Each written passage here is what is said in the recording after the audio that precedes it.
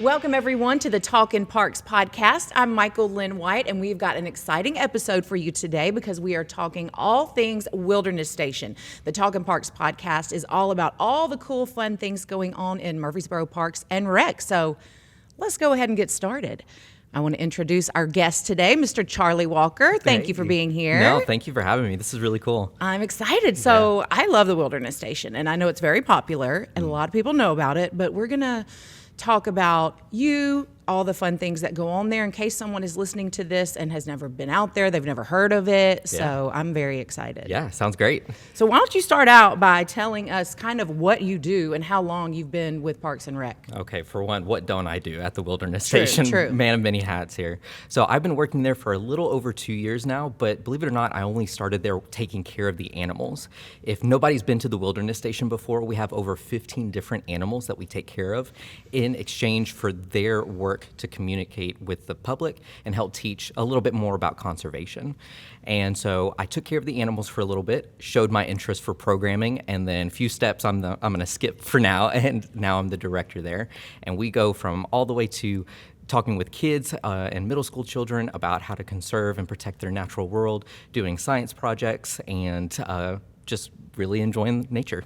That's something that I didn't realize. I think it's really cool that we get to have this here in Murfreesboro. When I first went out there years ago, I didn't realize that we have full-time animals, if you will, that y'all take care of, and some of them you bring out during your programming, and I was like, wow, we've got a tarantula, we've got snakes, we've got turtles. Yeah, we've got it all. Birds. Yeah, we've got it all. And what's funny is that we hear that probably once a day. We Really? get families here saying, I've lived here for 15 to 20 years, and I just found you guys today. And we just want to get the word out that we're not only just an education center. If you just like being outside, we have the hiking trails too. We have the disc golf and the baseball fields of Barfield. So there's plenty to do for everybody. Yes, it's really cool out there.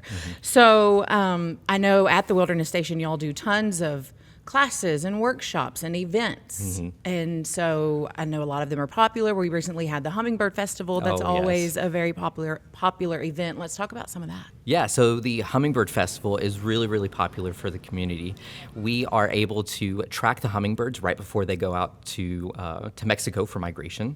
And while we have banding going on the front porch, it's more of the scientific hands-on learning for the kids. We have other science projects and other science activities for the kids to do. We have vendors come out, food trucks, we have games and all these other things for the festival, and it's a really, really big success. It is fun. There's always other things too. I know that I've been out there for where they have the birds out, the raptors. I particularly liked the snake one where we learned about poisonous snakes and non-poisonous snakes, even though I can't remember any of it in the wild. Everything goes out there, but you fed a snake, and so there's just all kinds of cool stuff going on. Oh yeah, we take every opportunity to try and help educate the public, but in a fun way, just how you remember those things because it was more fun than just us talking to you. That's not really that much fun. We try to develop those programs, so we have like the Face Your Fears class going into October. It kind of fits the Halloween theme about fears. So we have the tarantula come out, we have the snakes, some things that people might be more scared of, and help just educate a little bit better and have a more of appreciation. We know that fear can, it's kind of hard to squash a fear, so yes, it is. Just getting a little bit more appreciation for the animals that live here. I went to Face Your Fears Day last year, and I was going to face my fear of holding, what's the tarantula's name? Rosie. Rosie. Yeah. I literally couldn't, but one of these days I will. But I did hold the iguana. No, yes. The bearded dragon. Bearded dragon. Yes. Excuse me, lizard lovers.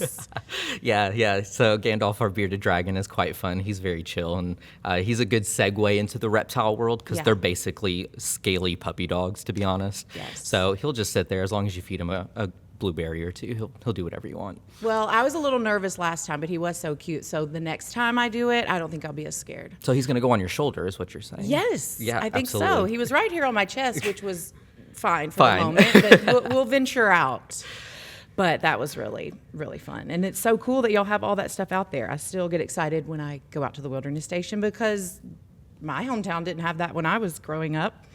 Let's talk more about the programming and stuff. How in the world do you come up with these things? So many things y'all do are so creative, and you take something that might be boring where you're just talking into something interactive. How do you come up with that?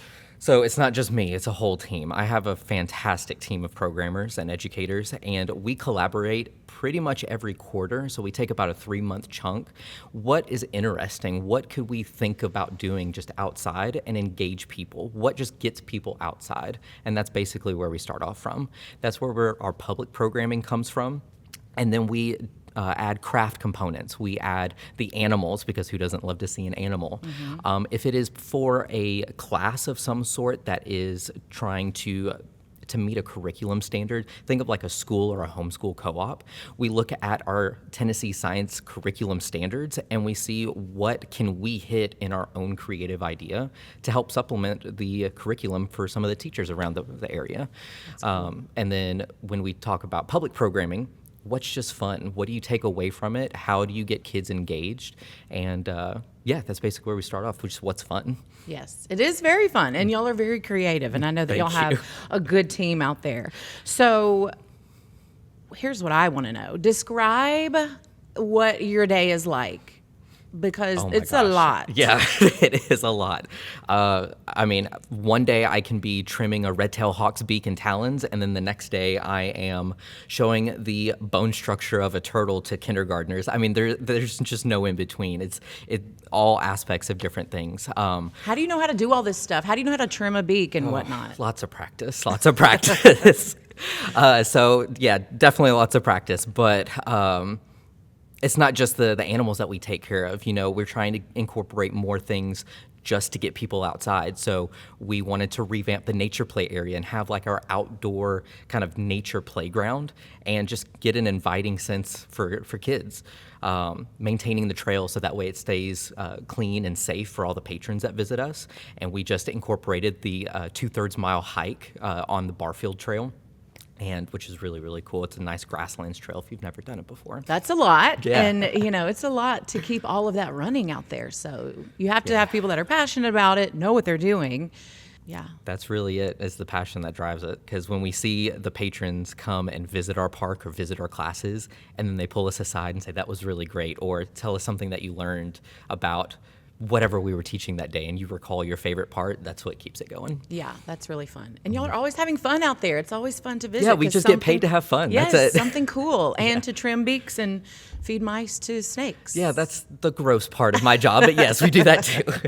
More on that later. Yeah. Because I tell you what, Charlie, if you're ready, we love to play a game with all of our guests to get to know a little bit more about you. Okay. So we are going to play a little game, what we like to call Fast Five. Fast Five, I love it.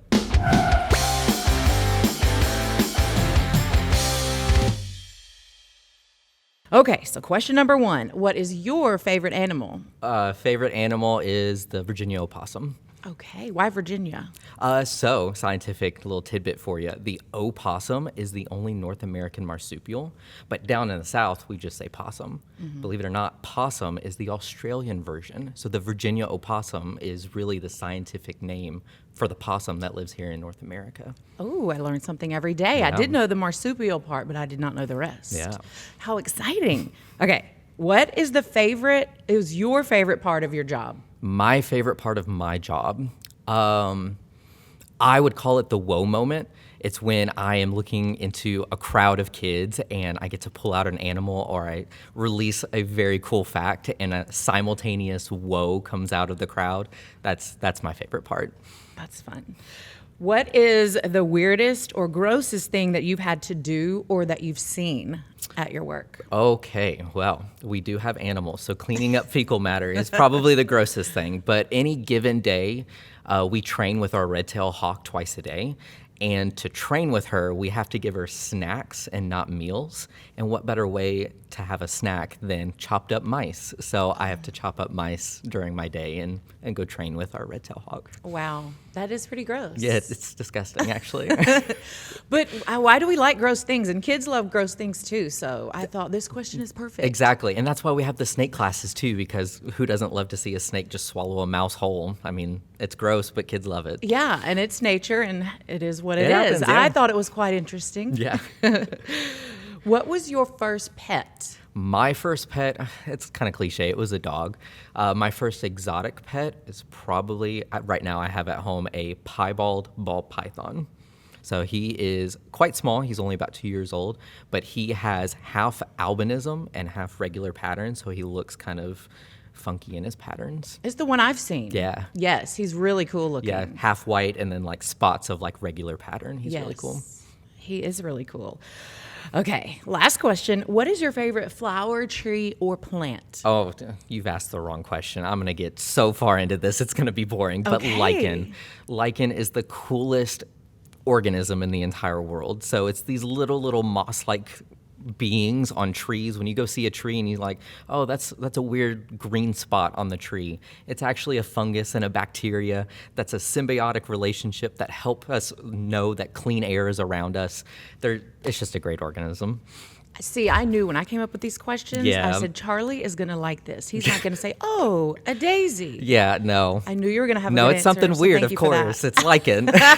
Lichen. Okay, I love it. And I learned something new about lichen today. Yeah. So, and before we wrap up, is there anything else coming up? I know there's some festivals coming up out there. Yeah, we always have something going on. Our biggest festival coming up is the Fall Harvest Hayride. That's going to be the first day of November this year. So November 1st from 6 to 8 p.m.